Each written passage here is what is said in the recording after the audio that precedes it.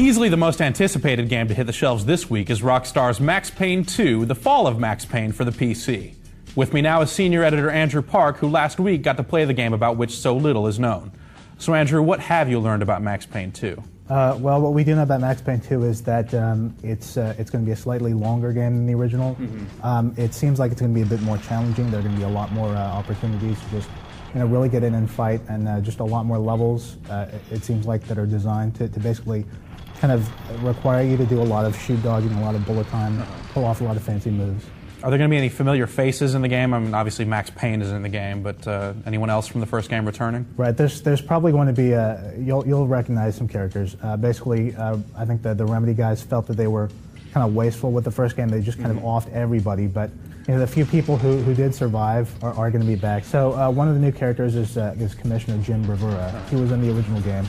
He actually shows up at the beginning of Max Payne 2. Max is in a hospital for some reason, and he accuses Max of murder.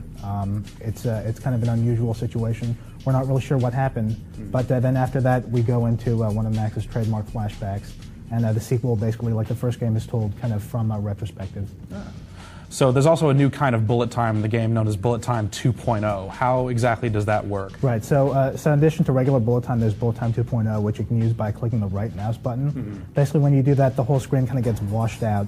And it's similar to bullet time in that your enemies are all moving real slow, but Max himself moves at almost normal speed, so you can basically run circles around people while you're shooting at them in Bullet Time 2.0. So Bullet Time 2.0 is it's a lot more powerful than regular bullet time, but it also takes a lot longer to charge back up. So there's also a new gameplay mode in the game too, right? The new gameplay mode is called Dead Men Walking, and basically it's like a single-player game that keeps spawning enemies and painkillers in certain maps. It's pretty challenging. Basically, you just have a whole bunch of guys spawning out of nowhere, coming after you and shooting you, and you're basically trying to survive as long as you can and just get rid of all the thugs. Cool. Is there anything else you can tell us about the game on the eve of its release? No. Thanks, Andrew. Sure. Now we're going to hear from Tyler Weingartner about why Bionic Commando is one of the greatest games of all time. Bionic Commando is the very first game that I ever bought for my NES that I had never played before. I've always been really stingy with it. Needing to play a game just because I didn't have a lot of income back then, so I had to really know that I wanted a game and that it'd last me for a long time. And just looking at the previews of Bionic Commando, I knew it was something special. Bionic Commando really took a lot of the side-scrolling action genre, givens, and just kind of threw them out the window.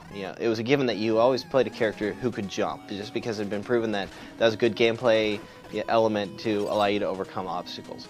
Well, in Bionic Commando, you had this thing called the Bionic Arm, which is a grappling hook that you could use to attach to just any ceiling in the game. You could use it to grab items, you could use it to stun enemies, and you could use it to swing over obstacles and climb over obstacles. And it was pretty revolutionary for the time, just because while it was a pretty simple mechanic, it felt really good to use, and it just instantly became very fun. It really changed the kind of obstacles you could overcome and just made it a very different gameplay experience while still holding true to a lot of things that gamers were expecting at the time. All in all, Bionic Commando, for its time when it was released in 1988, gave gamers a lot more than most were expecting at the time. The game had a really wide variety of action and different kind of gameplay experiences. It provided a good solid challenge. It had a pretty interesting story, and it just had really, really addictive gameplay that you could get through the game and you could beat it, and you could just keep playing it over and over again because the gameplay was so much fun and it was so addictive that it's a game that would compel you to play through again and again and get better and get more stylish the way you made your way through a level. All of this adds up to make Bionic Commando a solid entry into one of the greatest games of all time. We've been receiving email after email and seeing several posts in the forums all focused on the same subject. Where's Let's Gamespot? Well, now that we're back, we can tell you. Honestly, it was a combination of two things. 3 weeks ago, you missed out on your dose of Let's GameSpot because Dave Toole, Tim Tracy, Ricardo Torres, Brad Shoemaker, and myself were all away in Japan for the Tokyo Game Show. Here to tell you about it is Tim Tracy. Thanks, Jeff. Yeah, it's true. A bunch of us went to Japan for this year's TGS, and boy, was it something. So amazing, in fact, that it can all be summed up with the following video.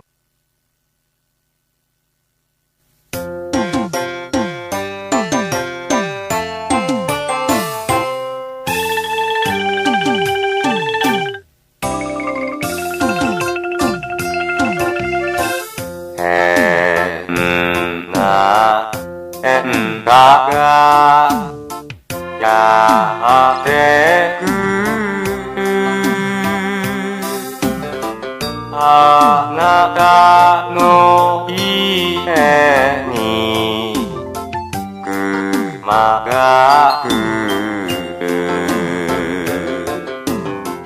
メールで促進セクシーボイス受信メールも熱唱するぜ今宵もあなたの心にしみる縁側を二人に会う間が来る To see all of our coverage of the Tokyo Game Show, as well as a huge feature article compiled by Brad, check out the features page or run a search for the keyword Tokyo. Now you're saying, but Jeff, you guys were only gone for a week. What about the other 2 weeks without Let's GameSpot? Well, here to tell you about that is GameSpot Live's own Ryan McDonald.